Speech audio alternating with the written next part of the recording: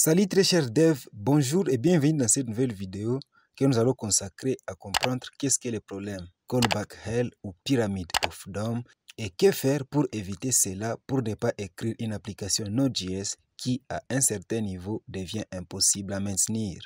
D'abord, ce que nous devons savoir, les fonctions de rappel asynchrone ou callback sont l'une des fonctionnalités les plus puissantes de Node.js. Cependant, l'augmentation des couches d'imbrication dans les fonctions de rappel peut devenir un sérieux problème, surtout quand vous créez une application très complexe. Nous allons voir tout au long de cette vidéo comment on peut éviter ces problèmes avec la syntaxe promise ou encore async await afin d'écrire un code source très lisible, maintenable et dont la gestion d'erreurs devient très facile et cohérent. Nous allons partir sur les bases de ces données qu'on retrouve déjà dans les fichiers data.js. Le code source de ce que nous allons faire se trouve déjà sur un répertoire GitHub. Vous retrouverez les liens du répertoire dans la description de la vidéo. Dans ces fichiers, nous avons les objets classe 1 et classe 2 ici, avec comme propriété ID et désignation. Nous avons un tableau contenant ces deux objets, à savoir classe 1 et classe 2.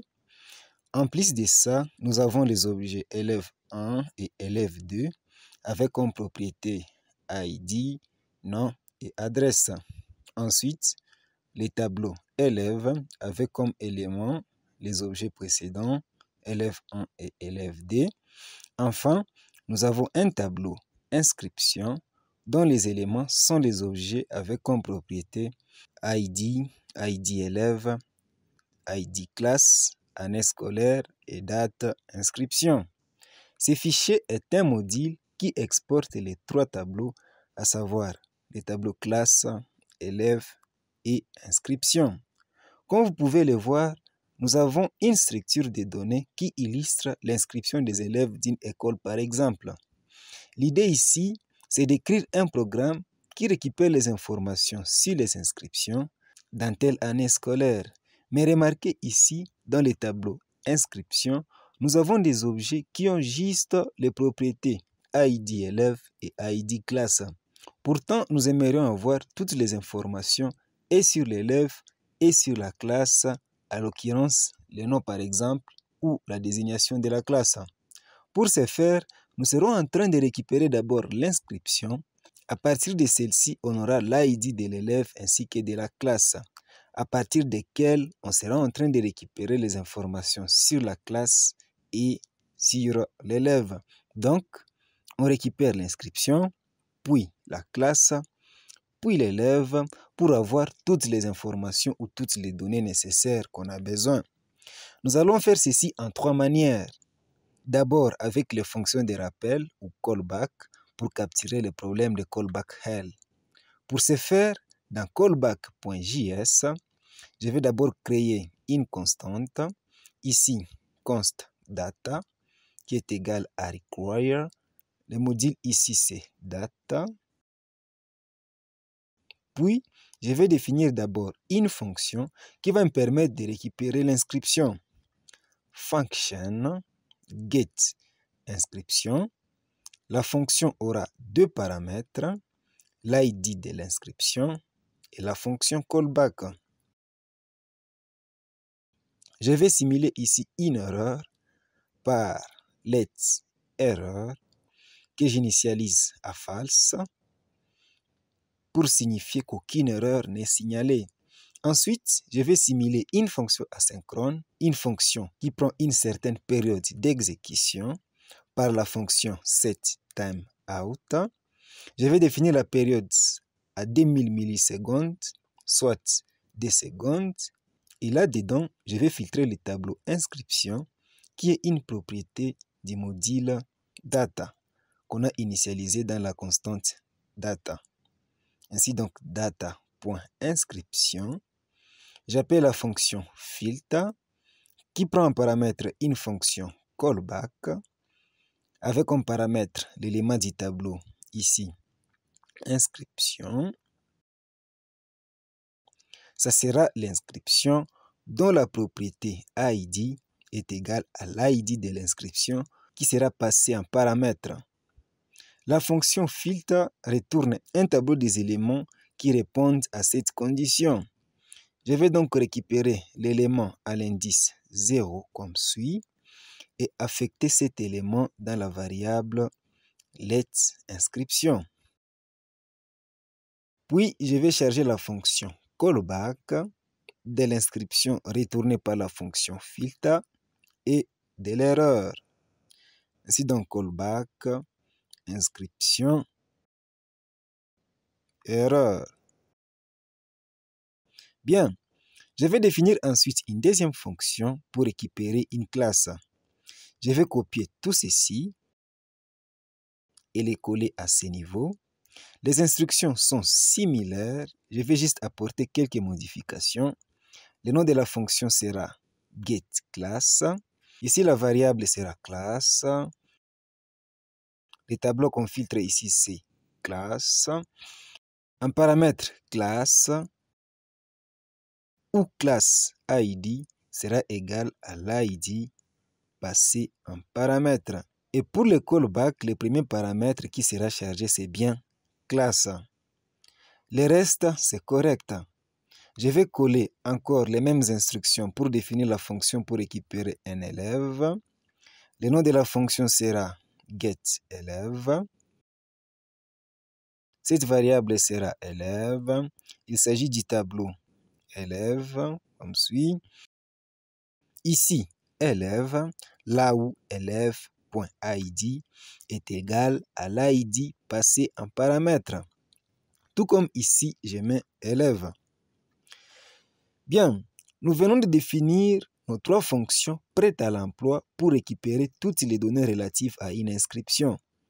Bien, je vais d'abord appeler la fonction getInscription. En premier paramètre, l'id de l'inscription. Disons qu'on souhaite récupérer les données de l'inscription dont l'id est 1. En deuxième paramètre, une fonction callback avec comme paramètre, comme vous pouvez le remarquer ici, la fonction a été chargée de l'inscription et de l'erreur. Le callback ici aura donc deux paramètres, l'inscription qui sera retournée et l'erreur. Dans ce bloc, je vais faire un test. Si erreur est true, la console.error, new error, le message sera erreur lors de la récupération de l'inscription. Ici, on estime que tout s'est bien passé. Là, nous avons déjà l'objet inscription. À ce niveau, nous allons appeler la fonction getClass. En paramètre, nous avons besoin de l'id de la classe que l'on retrouve déjà dans l'objet inscription, la propriété id class en premier paramètre. Et la fonction callback avec comme paramètre la classe et l'erreur comme vous pouvez le voir ici.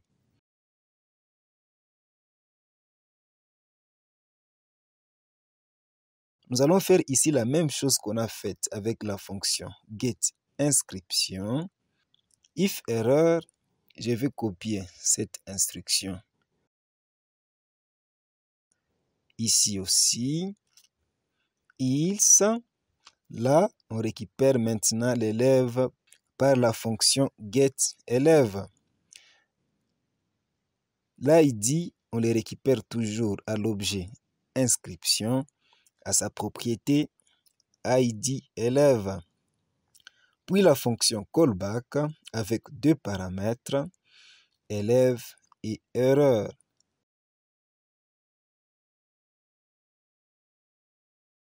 Si erreur est true, je vais coller de nouveau cette instruction ici, mais le message sera erreur lors de la récupération de l'élève. Ici aussi, j'ai oublié, c'est bien erreur lors de la récupération de la classe. Là, nous avons désormais toutes les informations sur l'inscription. Nous avons l'objet élève, l'objet classe, ainsi que l'objet inscription. Nous pouvons déjà faire de ces données tout ce qu'on veut. Je vais juste les afficher sur la console par console.log. Ça sera comme un seul objet avec comme propriété inscription, classe et élève.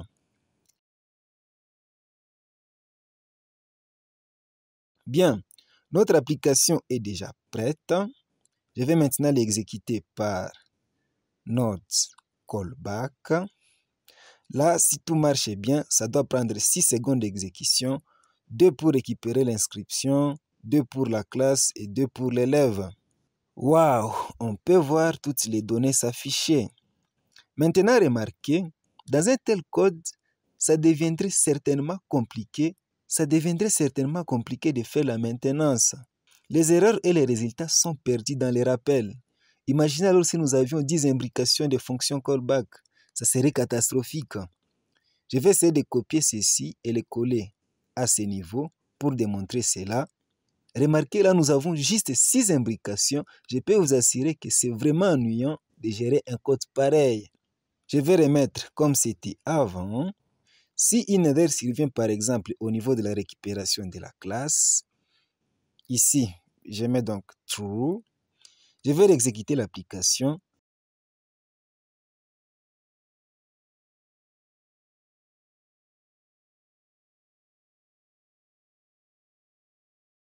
Là, on nous affiche l'erreur. D'idéal, avec les fonctions callback, à chaque niveau, il faut toujours tester si quelque part, si l'opération asynchrone, l'erreur peut subvenir. Bien, pour pallier à tout ceci, les promesses ou promises en anglais sont un bon moyen d'écrire un code asynchrone sans entrer vraiment dans les pyramides imbriquées.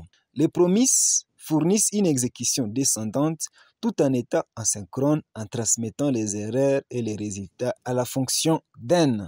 Voyons donc comment on peut faire la même chose avec la syntaxe promise pour voir qu'est-ce que ça peut donner.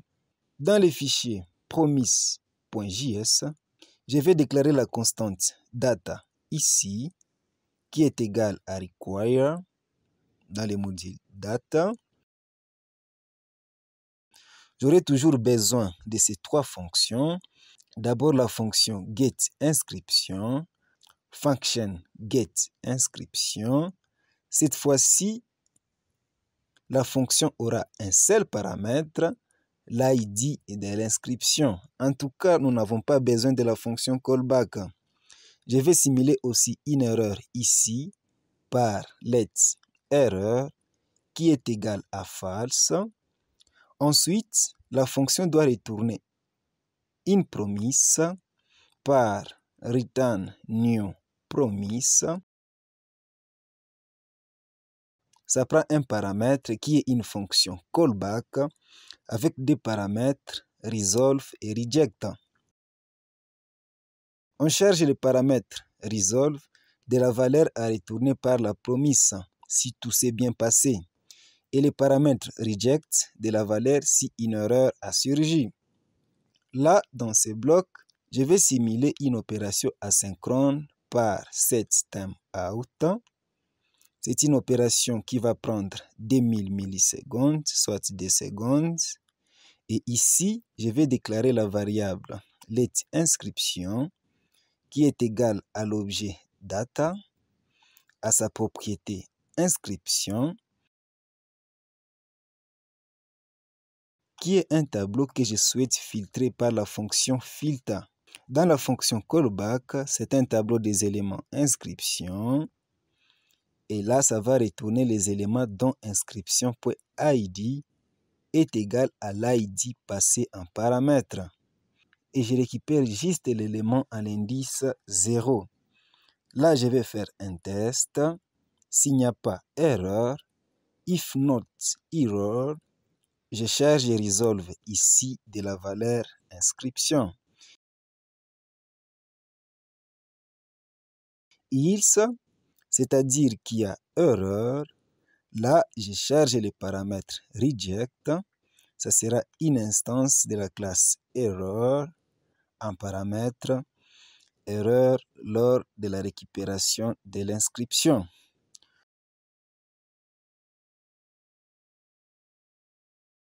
Cool!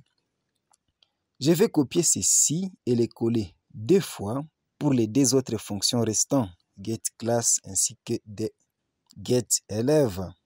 Là, je vais modifier le nom de la fonction à getClass. Comme paramètre, ça sera inscription, la valeur que la fonction getInscription retournera. Ici, la variable sera classe. Le tableau à filtrer, c'est data.class. Là aussi, je mets classe, tout comme ici. Et là, ça sera inscription.id classe. Comme valeur de retour, ça sera un objet dont les propriétés sont inscription et classe. Et ici, comme message d'erreur, ça sera plutôt erreur lors de la récupération de la classe. Bien, ici, la fonction sera getElève. Comme paramètre, on aura besoin de la valeur que la fonction getClass aura retournée. C'est un objet avec comme propriété inscription et classe. Je vais donc le nommer ici comme paramètre inscription classe, comme suit. La variable ici sera élève. Là, c'est data.élève.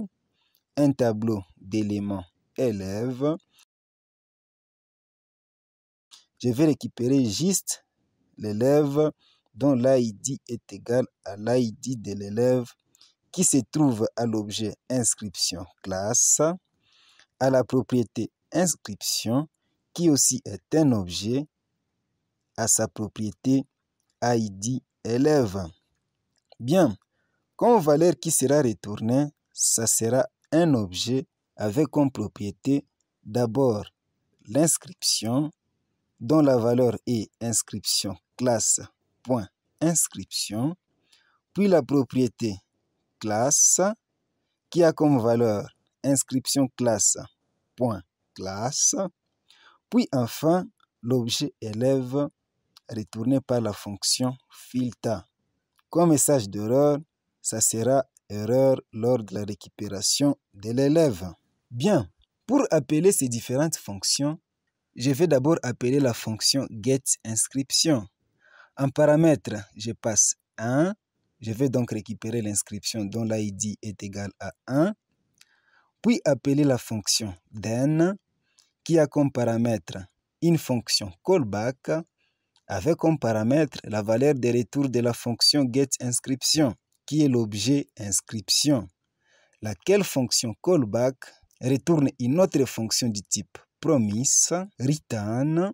Il s'agit de la fonction getClass qui prend comme paramètre l'objet inscription retourné par la fonction getInscription. Puis à ce niveau, appeler la fonction then qui prend comme paramètre une fonction callback avec comme paramètre la valeur retournée par la fonction getClass. Il s'agit de l'objet inscription classe.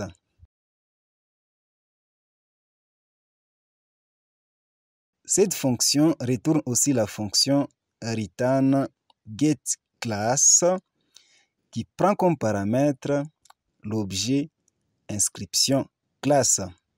On exécute encore cette fonction par la fonction then, toujours comme paramètre une fonction callback avec comme valeur un objet qui contient toutes les informations qu'on a besoin.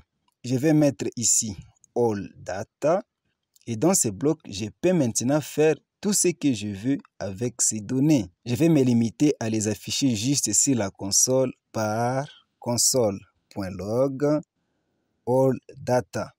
Enfin, ce qui est cool avec les promises, capturer les erreurs à la fin par la méthode catch avec comme paramètre une fonction callback qui a erreur comme paramètre. Dans ce bloc, je vais juste afficher l'erreur sur la console, console.error, et en paramètre, je mets erreur. Je vais exécuter l'application node.error promise. Si tout marche bien, dans 6 secondes, vous verrez les résultats.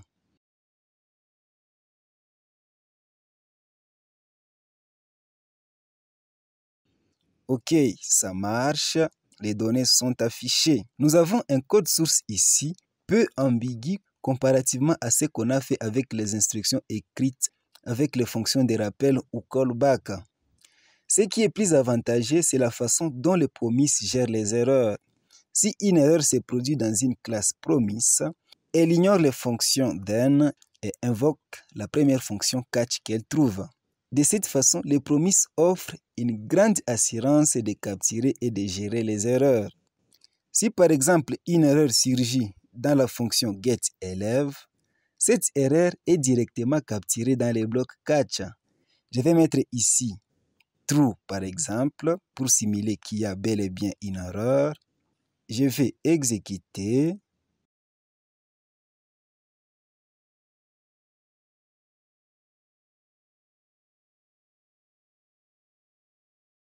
On remarque que l'erreur a été vraiment capturée.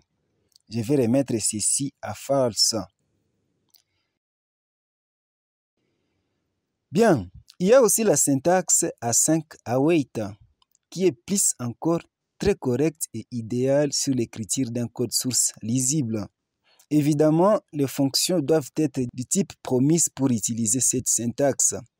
Pour ce faire, dans async await.js, je vais d'abord entrer dans promise.js pour copier tout ceci et les coller ici dans async await.js.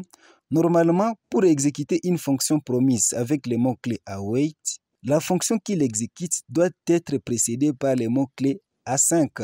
Ainsi donc, je vais déclarer une fonction ici qui va s'exécuter directement. Ce sera une fonction async. Elle sera fléchée. Je vais capturer l'erreur ici par try catch. Et dans catch, je vais directement afficher l'erreur sur la console par console.error. Et là, en paramètre, je mets error. Et dans le bloc try, je vais récupérer d'abord la valeur que la fonction getInscription retourne. Il s'agit de l'inscription. Const inscription égale. Là, ce que je vais faire, c'est de précéder la fonction asynchrone par le mot-clé await. Et là, je mets await, getInscription. Disons qu'on souhaite récupérer l'inscription dont l'ID est 2. Avec await, l'exécution sera bloquée à ce niveau jusqu'à ce que la valeur inscription soit chargée dans la constante inscription. Waouh, comme c'est beau! Ensuite, je vais déclarer une autre constante, constant inscription classe, qui est égale à await, get class. En paramètre, on passe inscription. Puis enfin, constant all data, qui est égal à await, get élève. En paramètre, on passe l'objet inscription classe. Et voilà, nous avons déjà tout ce qu'il nous faut. Je vais afficher les données sur la console par console.log. Là, je mets all data. Je vais exécuter l'application. Au bout de secondes, si tout marche, ça va s'afficher. Et oui, nous avons toutes les données de l'inscription dont l'ID est 2. Là, nous avons maintenant un code source très lisible comparativement à ce qu'on a fait avec les promises, plus encore à ce qu'on a fait avec les fonctions de rappel ou callback. Avec la syntaxe async await, on écrit un code source pour une opération asynchrone comme si on était en train d'écrire une lettre. C'est vraiment génial. Le code source se documente lui-même. Si une erreur surgit quelque part, directement le code du bloc catch s'exécute. Je vais mettre ici par exemple true pour la fonction qui récupère l'inscription. Je vais donc exécuter encore.